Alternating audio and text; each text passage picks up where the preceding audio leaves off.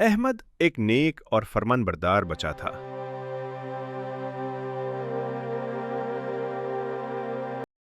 وہ ہمیشہ اپنی ماں کا احترام کرتا اور ان کے چھوٹے چھوٹے کام کر دیتا۔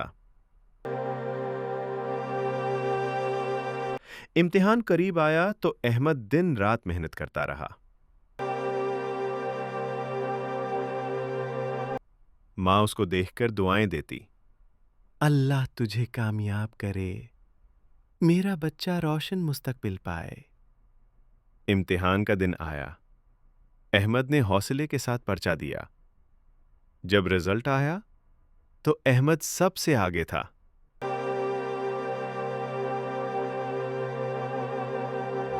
سب استادوں نے اس کی تعریف کی۔ احمد نے کہا،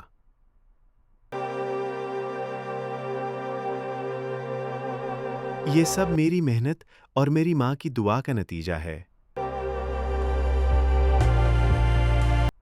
سبق: ماں کی دعا میں بہت بڑی طاقت ہے، وہ انسان کی تقدیر بدل سکتی ہے۔